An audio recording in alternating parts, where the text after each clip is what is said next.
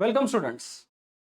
तुम्ही यूपीएससीच्या एक्झामची तयारी करत असाल तर तुम्हाला ही गोष्ट माहिती असणे आवश्यक आहे की यूपीएससी मध्ये सर्व्हिसेस कोणकोणत्या प्रकारचे असतात. ओके. आणि या वर्षी 2026 मध्ये जे यूपीएससीचं नोटिफिकेशन आलेलं आहे त्या नोटिफिकेशन मध्ये सर्व्हिसेस बद्दल त्यांनी काय बदल केलेले आहेत तर त्या गोष्टी आपल्याला इथे सुरुवातीला आपण सर्व्हिसेस कोणकोणत्या प्रकारचे असतात. 3 प्रकारचे सर्व्हिसेस असतात. त्याच्याबद्दल पहिले समजून घेऊ की कोणकोणत्या सर्व्हिसेस येतात.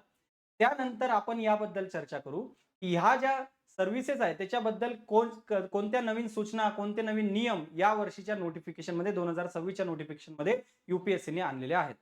तर सुरुवातीला तुम्ही इथे डायग्राम पाहू शकता. या डायग्राममध्ये आपल्याला हायरार्की दिलेली आहे इंडियन सिव्हिल सर्व्हिसेसची.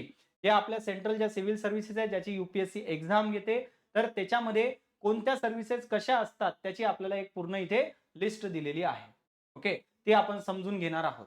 राईट. हे माहिती असणे आवश्यक असते कारण ज्यावेळेस तुम्ही फॉर्म फिलअप करत असतात त्यावेळेस तुम्हाला हे माहित पाहिजे की बाबा ऑल इंडिया सर्व्हिस कोणती आहे, सेंट्रल सर्व्हिस कोणती आहे, ग्रुप बी सर्व्हिस कोणती आहे याची इन्फॉर्मेशन तुम्हाला माहिती पाहिजे. आणि ते माहिती नसेल तर मग फॉर्म फिलअप मध्ये सगळ्या मिस्टेक होऊन जातात. कमी लेवलच्या सर्व्हिसेस वरच्या लेवलला तुम्ही टाकून देतात, वरच्या लेवलच्या सर्व्हिसेस खाली लेवलला टाकून देतात आणि मग नंतर आपल्याला पश्चाताप होतो. हालाकी यावेळेस यूपीएससीने तुम्हाला सांगितलेलं आहे की बाबा तुमचं मेन्स सिलेक्शन झालं की त्याच्यानंतर तुम्हाला वन टाइम चान्स मिळणार प्रेफरन्सेस मध्ये बदल करण्याचा. त्यामुळे तुम्ही आता फॉर्म फिलअप जरी केलेला असेल आणि तुम्हाला वाटत असेल की माझा फॉर्म फिलअप करण्यामध्ये मिस्टेक झालेली आहे, काळजी करू नका. मेन्स पास जर तुम्ही झाले तर ज्यावेळेस इंटरव्ह्यूच्या वेळेस तुमचा फॉर्म निघणार त्यावेळेस तुम्हाला वन टाइम चान्स देणार फॉर्म मध्ये बदल करण्यात. ओके. त्यामुळे खूप काही काळजी करण्याची इथे गरज नाहीये. तर चला, या ठिकाणी आपल्याला वेगवेगळ्या सर्व्हिसेस दिलेल्या आहेत. पहा इथे एक तुम्हाला पूर्ण डायग्राम दिसून येते, एक त्रिकोण दिसून येतो. ओके. टॉपला जे तुम्हाला या डायग्रामच्या टॉपला जे दिसून येत आहे ते दिसत आहेत all India services. Akhil Bharatiya या अतिशय टॉपला आहे. तीनच सर्व्हिसेस आहेत ज्या ऑल इंडिया सर्व्हिस पूर्ण भारतामध्ये ते काम करतात. त्यांच्या हातामध्ये पॉवर पण खूप जास्त असते. अशा आपल्याकडे 3 सर्व्हिसेस. कोणत्या सर्व्हिसेस आहेत पहा. एक आहे आय-ए-एस, दुसरा आहे आय-पी-एस आणि तिसरा आहे आय-एफ-ओ-एस. कन्फ्यूज व्हायचं नाही आय-एफ-ओ-एस मध्ये. आय-एफ-एस वेगळं आहे, आय-एफ-ओ-एस वेगळं आहे. IAS Indian administrative service, IPS Indian police service, IFOS Indian forest service. Foreign service नाही. फॉरेन सर्व्हिस वेगळ्या कॅटेगरीमध्ये येते. ओके. ते आय-एफ-एस आहे. मी आय-एफ-ओ-एस फॉरेस्ट सर्व्हिस बद्दल बोलत. या ज्या 3 सर्व्हिसेस येत आहे या ऑल इंडिया सर्व्हिसेस असतात. या येतात टॉपला. आपली जे यूपीएससीचे सिव्हिल सर्व्हिसची जी एक्झाम होते ते फॉर्म भरत असताना तुम्हाला लक्षात आलेलं असेल की civil service exam, forest exam दोन वेगवेगळ्या त्याच्यात चॉईस दिल्या जातात. त्यामुळे फॉरेस्ट सर्व्हिसची प्रिलिम आपल्या प्रिलिम सोबतच होते सिव्हिल सर्व्हिसच्या एक्झाम सोबत.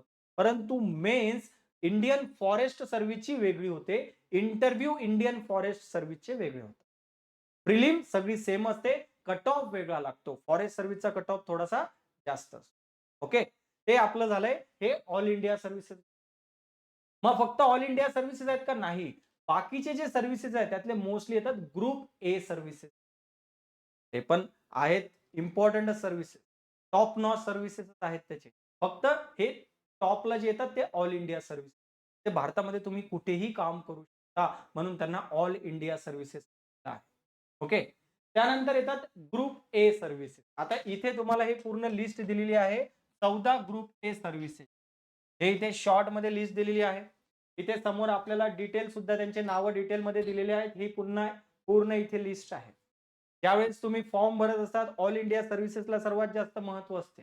त्याच्यानंतर जे महत्व येते ते येते ग्रुप ए सिव्हिल सर्व्हिसेस. त्याच्यामध्ये आपल्याला इंडियन फॉरेन सर्व्हिस सुद्धा आहे, Indian audit and account service सुद्धा आहे, इंडियन सिव्हिल अकाउंट सर्व्हिस सुद्धा आहे, Indian corporate law service, defence account service, defence estate service, Indian information service सुद्धा आहे.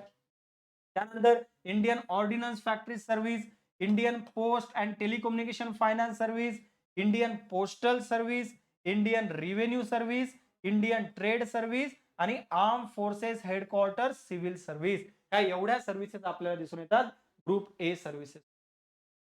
नॉर्मली ज्यावेळेस फॉर्म फिलअप केला जातो तर आपण आय-ए-एस, आय-पी-एस ज्यावेळेस टाकतो त्याच्यानंतर मग प्रश्न येतो की कोणत्या टाकाव्या. नॉर्मली फॉरेन सर्व्हिस काही स्टुडंट, कारण फॉरेन सर्व्हिस महत्वाची सर्व्हिस.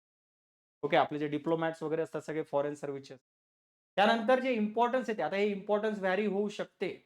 जरुरी नाही की प्रत्येक स्टुडंटला याच प्रेफरन्समध्ये स्टुडंट फॉर्म भरतील किंवा असंच इम्पोर्टंट असेल. ओके. काही स्टुडंटला असं असेल की एखाद्याला वाटत असेल, नाही मला इन्फॉर्मेशन सर्व्हिस आवडते, तो वर टाकू शकतो. असं काही कंपल्सरी नाहीये. परंतु नॉर्मली इन जनरल सांगत आहे की आय-ए-एस, आय-पी-एस नंतर आपल्याकडे काय दिसून येते? फॉरेन सर्व्हिस टाकलेलं दिसून येते किंवा रिव्हेन्यू सर्व्हिसमध्ये टाकलेलं दिसते ते. रिव्हेन्यू सर्व्हिसमध्ये 2 असतात. आय-टी, इन्कम टॅक्स आणि कस्टम. तर आता तुम्हाला इन्कम टॅक्स जर असेल, तर ती सर्व्हिस आवडत असेल, तर तुम्ही इन्कम टॅक्सवर टाकू शकता. तुम्हाला वाटत असेल की नाही मला कस्टममध्ये जायचं, जी-एस-टीचं इम्पोर्टन्स आता थोडंसं वाढत आहे. त्यामुळे आय-आर-एस कस्टमचं इम्पोर्टन्स आता वाढायला लागलेलं आहे. तर कस्टम टाकू शकता. त्यानंतर तुमची इच्छा झाली, तर तुम्ही बाकीच्या सर्व्हिसेसपैकी तुमच्या इंटरेस्टनुसार टाकू शकता. कधीही प्रेफरन्स फॉर्म फिलअप करत असताना प्रत्येक सर्व्हिसेसबद्दल डिटेल माहिती घेऊन फॉर्म भरा. ओके. तुमचा जो तुमचं सिलेक्शन झाल्यानंतर जी सर्व्हिस तुम्हाला मिळत आहे, ते तुम्ही फॉर्ममध्ये भरलेल्या प्रेफरन्सनुसार मिळत आहे. अख्खं आयुष्य त्या सर्व्हिसेस सोबत काढायचं आहे. त्यामुळे फार इम्पोर्टंट माहिती घेऊन तुम्हाला जे आहे सर्व्हिसेस फिलअप करायच्या आहेत. नॉर्मली आय-आर-एस नंतर कोणतं भरलं जाते? तर इंडियन ऑडिट अँड अकाउंट सर्व्हिसला फिलअप केलं जाते. सध्या ऑडिट अँड अकाउंट फार न्यूजमध्ये आहे. फार इम्पोर्टंट आहे. सरकारचं ऑडिट अँड अकाउंट हेच करतात. इंडियन ऑडिट अँड अकाउंट डिपार्टमेंटचे हेड कॅग असतात. महालेखा परीक्षक ज्याला आपण म्हणतो, तिथे डायरेक्ट तुम्हाला काम करण्याची चान्स मिळतो. त्यानंतर नॉर्मली कोणता फिलअप केला जातो? तर आपलं जे रेल्वे मॅनेजमेंट सर्व्हिस आहे, ते या ठिकाणी फिलअप केलं जाते. अशा आपल्याला एक सिक्वेन्स आपल्याला दिसून येतो. ओके. तर हे तुम्हाला माहीत पाहिजे कोणकोणत्या सर्व्हिसेस आहेत. ते अंदाज असल्याशिवाय फॉर्म फिलअप करू नका. ओके. हे झालं आपला ग्रुप ए सर्व्हिस. ओके. त्यानंतर ग्रुप ए सर्व्हिस नंतर मग आपल्याला दिसून येतात ग्रुप बी सर्व्हिसेस. इथे जर हा हायरार्की जर पाहिली, या हायरार्कीमध्ये तुम्हाला सर्वात खाली दिसून येतात हे ग्रुप बी सर्व्हिसेस. आता सगळे सर्व्हिसेस यूपीएससीने सिलेक्ट केलेले ग्रुप ए सर्व्हिसेस नाही. काही सर्व्हिसेस ग्रुप बी सर्व्हिसेस सुद्धा आहेत. ते आपल्याला दिसून येत आहे ग्रुप बी सर्व्हिसेस मध्ये कोणकोणते आहेत? इथे दिलेलं आहे पहा. ग्रुप बी सर्व्हिसेस मध्ये आपल्याला दिसून येते डॅनिक्स आणि डॅनिप्स. त्यानंतर Pondicherry civil service, Pondicherry police. हे डॅनिक्स काय? या सुद्धा ग्रुप बी सर्व्हिसेस.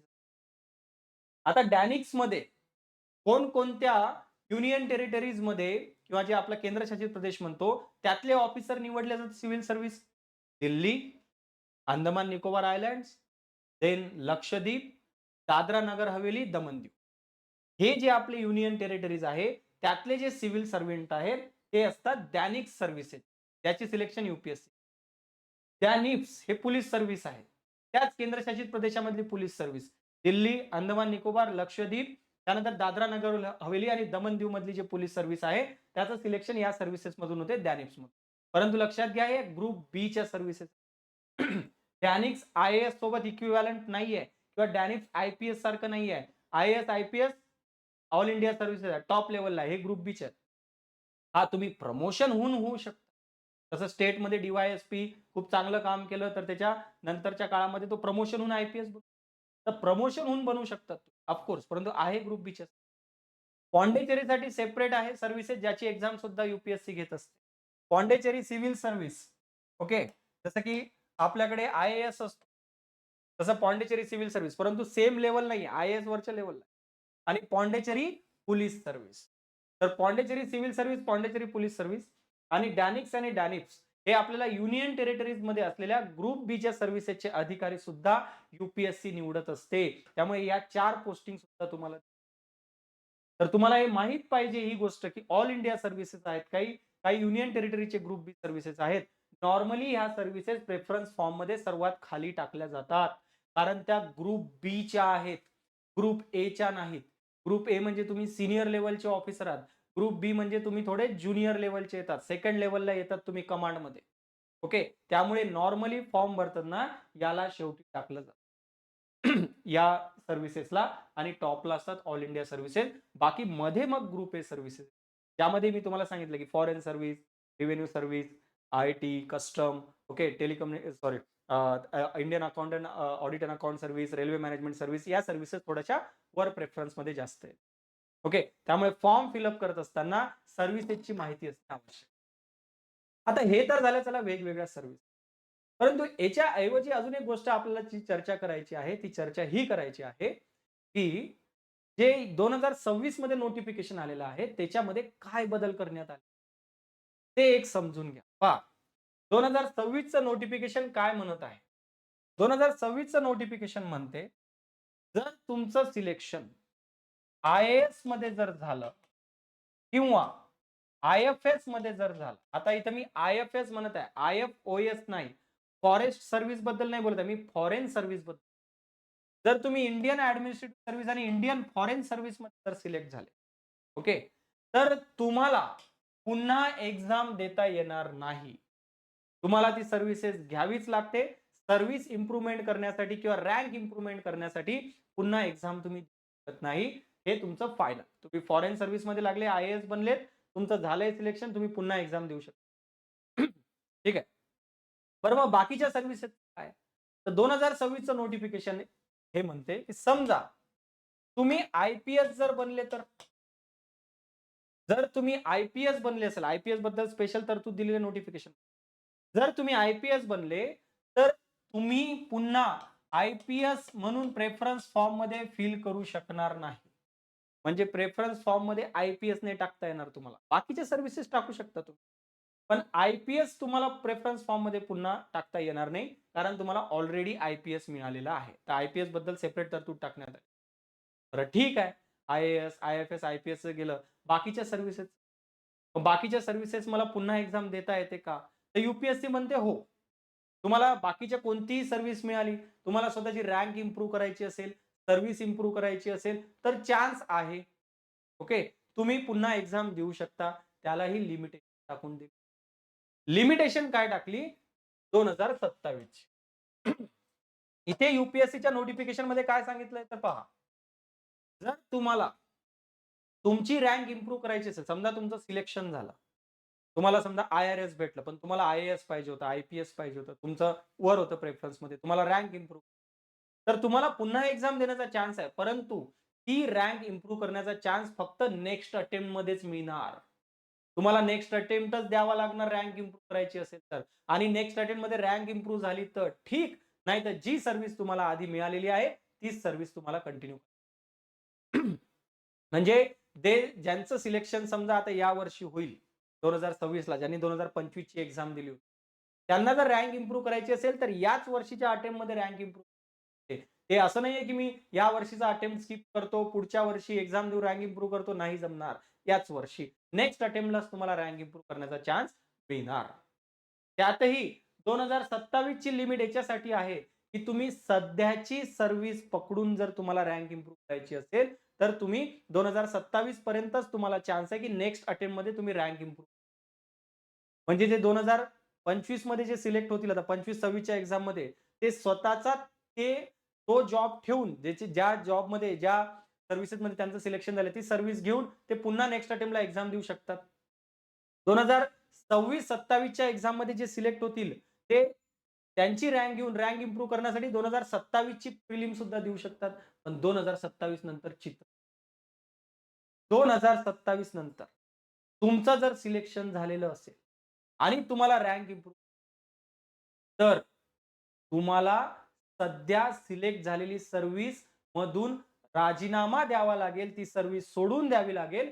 तरच रँक इम्प्रूव्ह करण्यासाठी तुम्ही एक्झाम देऊ शकतात. एकदम डिफिकल्ट कंडिशन करून. नाहीतर नॉर्मली काय व्हायचं, ऑफिसर सिलेक्ट होऊन जायचा. रँक इम्प्रूव्ह करण्यासाठी आधीची सर्व्हिस तर त्यांनी ठेवूनच घेतलेली आहे. रँक इम्प्रूव्ह करण्यासाठी 2-2, 4-4, 10-10 वर्ष झाले. काम देतच आहे. ते आता अलाउड नाही. 2027 पर्यंत एक चान्स मिळणार रँक इम्प्रूव्ह करण्याचा नेक्स्ट अटेम्प्टला.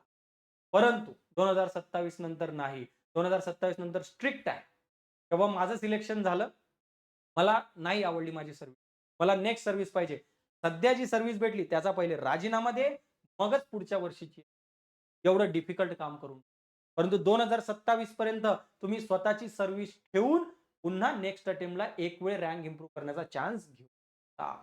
त्यामुळे यावर्षी सिलेक्शन ज्यांचं 2025-26 च्या एक्झाममध्ये सिलेक्शन होईल, 2026 चा अटेम्प्ट त्यांच्यासाठी रँक इम्प्रूव्ह करण्यासाठी आहे. 2026 मध्ये सिलेक्शन होईल, ती सर्व्हिस घेऊन 2027 मध्ये त्यांच्याकडे रँक इम्प्रूव्ह करण्यासाठी आहे. त्याच्यानंतर बाबा सर्व्हिस पहिले सोड, मगच रँक इम्प्रूव्ह करण्यासाठी नेक्स्ट अटेम्प्ट दे. यातही लोक एक गोष्ट लक्षात घ्या, समजा तुमची एक्झाम झाली पण तुम्हाला अजून सर्व्हिस अलोकेशन आलं नाही. कारण तुम्ही सिलेक्शन झाले, पण तुम्ही आय-ए-एस झाले का आय-पी-एस झाले का फॉरेन सर्व्हिस झाले तुम्हाला माहीत नाही. ते फार नंतर कळत असते, काही महिन्यानंतर. तुमच्या फायनल लिस्टमध्ये सर्व्हिस नसते दिलेली, फक्त रँक दिलेली. पण सर्व्हिस अलोकेशन तुम्हाला नंतर झालं. पण समजा तुम्ही नेक्स्ट अटेम्प्टची प्रिलिम दिली आणि मग तुम्ही आय-ए-एस झाले. पण आता यू-पी-एस-सी तर म्हणते आय-ए-एस झाल्यावर तुम्ही एक्झाम नाही देऊ शकत. मग काय केल्या जाईल? मग तुम्ही मेन्स नाही आय-ए-एस झाले असतील, आय-एफ-एस झाले असतील तर नाही देऊ शकत. 2027 नंतर तर सगळ्यांना हे लागू होईल. बाबा तुझं सिलेक्शन झालं ना, ओके. मग तुम्ही प्रिलिम दिलेली असेल तर मेन्स नाही देऊ शकत. मेन्स दिलेली असेल तर इंटरव्ह्यू नाही देऊ जर तुमचं सर्व्हिस अलोकेशन तुम्हाला मिळालेलं असेल. ओके. तर ह्या गोष्टी आपल्याला लक्षात ठेवायच्या आहेत. 2027 आकडा लक्षात ठेवा. त्यामुळे मी हे जास्त डिटेलमध्ये तुम्हाला सांगत आहे. या गोष्टी लक्षात ठेवायच्या आहेत. ओके. त्यामुळे एकच चान्स रँक इम्प्रूव्ह करण्याचा 2027 पर्यंत, 27 नंतर आधीच्या सर्व्हिसचा राजीनामा द्यायचा, मगच नेक्स्ट सर्व्हिस द्यायची. हे 2027 मध्ये बदललेले नियम आहेत. हे नियम तुम्हाला माहीत पाहिजे. अजूनही वेळ गेलेली नाहीये. यू-पी-एस-सीनी जे आहे आपली फॉर्म फिलिंगची डेट वाढवलेली आहे. ती डेट 24 फेब्रुवारीपर्यंत होती. 3 दिवसांनी डेट वाढून ती आता 27 फेब्रुवारीपर्यंत केलेली आहे. त्यामुळे अजूनही चान्स आहे. फार विचार करून फॉर्म फिलअप. ओके. चला all the best to you. Thank you.